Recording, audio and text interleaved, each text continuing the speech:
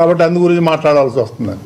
ఇంత చీప్ పిల్లని నా జీవితంలో ఎప్పుడు చూడలే. రాజకీయం చేయి, నేను రాజకీయ నాయకుడు కాదు, నువ్వు రాజకీయం చేయి, కానీ నా మీద చేయకు. నా దగ్గర మీడియా ఉంది, నేను తోలు తీస్తా.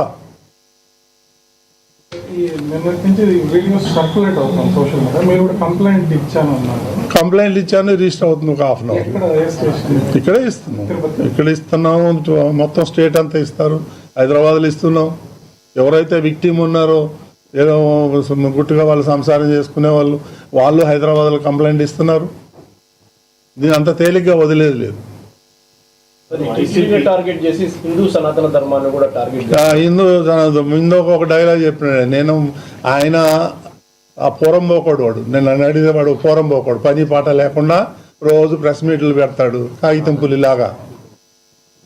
సో వాడు ఏం చేస్తాడు, హిందూ ధర్మం ఛానల్ ఉంది బిఆర్ నాయుడికి, ఇక్కడ డబ్బులన్నీ తీసుకుపోయి హిందూ ధర్మంకి అకౌంట్లో వేస్తున్నాడు. అరే నీకు బుద్ధి జ్ఞానం, నువ్వు అన్నం తినేవాడు వాడు అయితే నువ్వు రా, నువ్వు కానీ నీ ఆడిటర్స్ని కానీ పంపి నా బుక్స్ అన్ని పెడతా, చూడు ఏదైనా ₹1 తేడా ఉంటే ఛాలెంజ్ చేస్తాను నేను. పనికి మాలిన మాటలు, పనికి మాలిన రాతలు ఇవన్నీ కట్టిపెట్టమని చెప్పి నేను అడుగుతున్నా. ఇప్పుడు వైసీపీ మొదటి నుంచి వాళ్ళని అన్ని మతస్థులుగా చిత్రీకరించే ప్రయత్నం జరుగుతూ ఉందని, హిందుత్వం మీద కుట్రలో భాగంగా మీ మీద ఈ రకమైన 100% దాంట్లో ఏం డౌట్ లేదు. నేను ఫస్ట్ బోర్డు మీటింగ్లోనే చెప్పాను, నేను ఇక్కడంతా హిందువులు పనిచేయాలి, నాన్ హిందూస్ వెళ్ళిపోండి. That is my first stand. దానికి నా మీద దాడి. కాన్ఫిడెన్షియల్ ఇన్ఫర్మేషన్ కూడా 2,000 ఉన్నాయి, 20,000 ఉన్నాయి. I don't mind that. ఆయన చెప్పుకుంటాడు. ఆయన చెప్పేదానికి ఏమన్నా విలువ ఉంటే దాని గురించి మనం మాట్లాడుకోవచ్చు. ఆయన చెప్పేదానికి విలువే లేదు. ఎంప్లాయీస్ మధ్య తెచ్చిపెట్టేది, ఎంప్లాయీస్ మధ్య చిచ్చు పెడతానికి 2,000 మంది ఉండి ఏం చేస్తారండి? If I'm doing something wrong then I have to కదా. ఏముంది, మేమేమి తప్పులు చేస్తున్నాం? వాళ్ళు చేసిన తప్పులన్నీ మేము ఎతుకుతున్నాం కాబట్టి వాళ్ళకి బాధగా ఉంది. ఈడెప్పుడు పోతాడా. చాలా రకాలుగా ట్రై చేశాడు నన్ను వచ్చి కలవాలని, నాతో మాట్లాడాలని, ఈ స్కామ్లన్నీ బయటికి తీయొద్దని.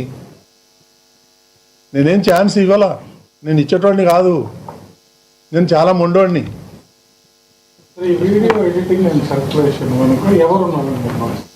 ఎవరున్నారు చేసినోడే వాడికి తెలవాలా, వాడికే తెలవాలి. ఇప్పుడు పోలీసు వాళ్ళు ఎంక్వైరీ చేస్తారు, చూస్తారు. అది కూడా నేను వీడియో మొత్తం మార్పింగ్ చేశానని నేను అంటలేను.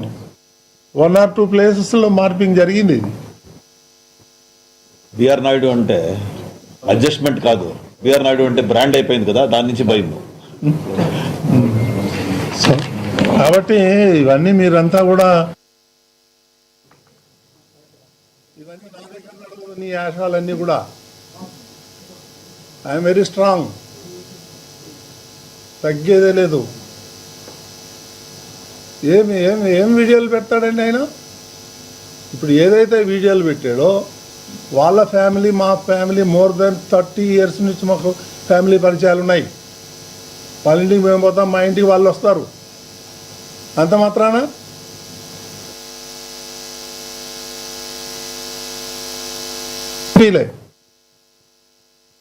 ఇవన్నీ చీప్ పాలిటిక్స్ ఆడి నా మీద బురద జల్తానంటే నేను భయపడేటోడిని కాదు.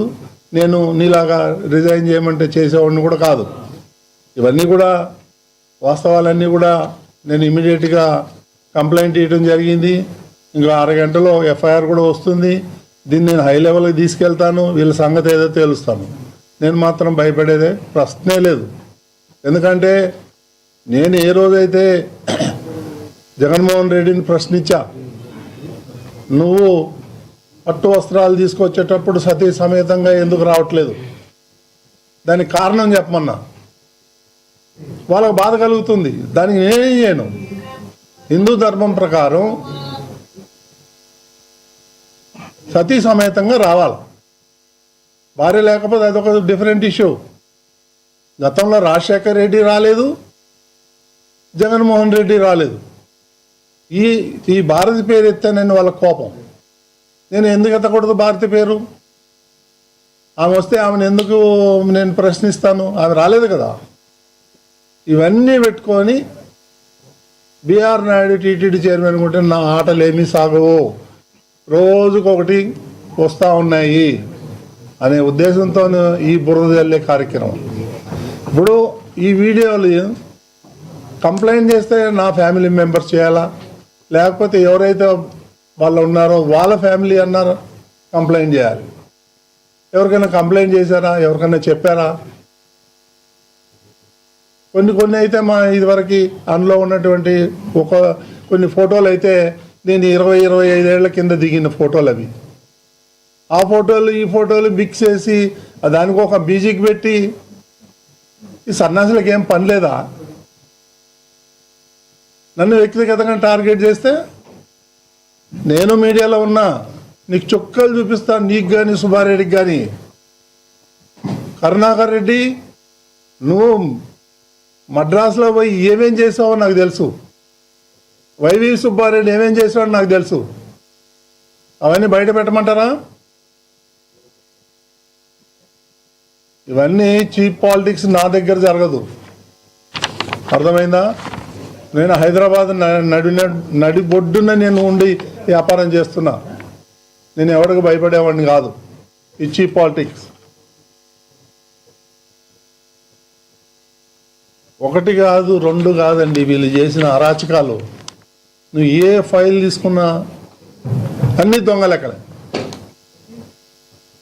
ముఖ్యమంత్రి గారు ఆగమన్నారు కాబట్టి నేను ఆగాను ఇన్ని రోజులు. కాబట్టి ఇవన్నీ చీప్ పాలిటిక్స్కి భయపడేది లేదు. నాకు అలాంటి ఉద్దేశాలు లేవు. నేను ఇట్లాంటి పిచ్చి పిచ్చి పనులు చేసేవాడిని కాదు. నాకు అలవాటు లేదు చిన్నప్పటి నుంచి. నా మీద ఇటువంటి లేనిపోని కొన్ని మార్పింగ్ చేసి నా మీద బురద వెళ్తే మాత్రం నేను ఊరుకునేవాడిని కాదు. నేను లీగల్గా ఫైట్ చేస్తాను, వాళ్ళ సంగతి చూస్తాను. నేను ఎవరెవరైతే ఈ ఫార్వర్డింగ్ మెసేజ్లు పెడుతున్నారో, రేపు 1 మ్యాన్ కమిషన్ వస్తుంది. రేపు ఈ 1 మ్యాన్ కమిషన్ వస్తుంది, దీన్ని డైవర్ట్ చేయాలి. ఈ దొంగలకి డైవర్షన్ పాలిటిక్స్ బాగా వచ్చు. ఎప్పుడు ఏం చేయాలో, ఎలా చేయాలో, డైవర్ట్ ఎట్లా చేయాలో అనేది. ఇది ఒక టాపికా? దీనివల్ల ఎవరికి నష్టం? సమాజానికి ఏమన్నా ఉందా? నేనేమన్నా తప్పు పని చేశానా? ఏమున్నాయి ఆ వీడియోలో చూడండి మీరు. అందులో ఏం తప్పు ఉంది? ఫ్యామిలీ ఫ్రెండ్స్ ఉండరా? కలవరా? పోరా? రారా? నాది 20 సంవత్సరాల క్రితం ఉన్నటువంటి ఫోటోలు పెట్టి మార్పింగ్ చేస్తారు. ఇవన్నీ నా దగ్గర నడవదు. నేను చెప్తున్నాను, నేను లీగల్గా ఫైట్ చేస్తాను. దేనికైనా సిద్ధంగా ఉన్నాను. నువ్వేదో బుడబుక్కలు బెదిరింపుకు నువ్వు దిగిపో. ఇది ఒకసారి కాదు, 100 సార్లు చెప్పినావు. నువ్వు దిగమంటే దిగటానికి రాలేదు. నేను ఈ ప్రాంతానికి చెందినవాడినే. నువ్వన్న పక్క జిల్లా నుంచి వచ్చినావు. కాబట్టి ఎందుకంటే చెప్పాలంటే చాలా ఉన్నాయి. వాళ్ళ భాగవతం కూడా ఇక నేను ఊరుకునే లేదు. నా దగ్గర కూడా ఇన్వెస్టిగేషన్ జర్నలిజం, నా దగ్గర కూడా సీనియర్ జర్నలిస్టులు ఉన్నారు. ఇలా కథలన్నీ తెలుస్తా నేను.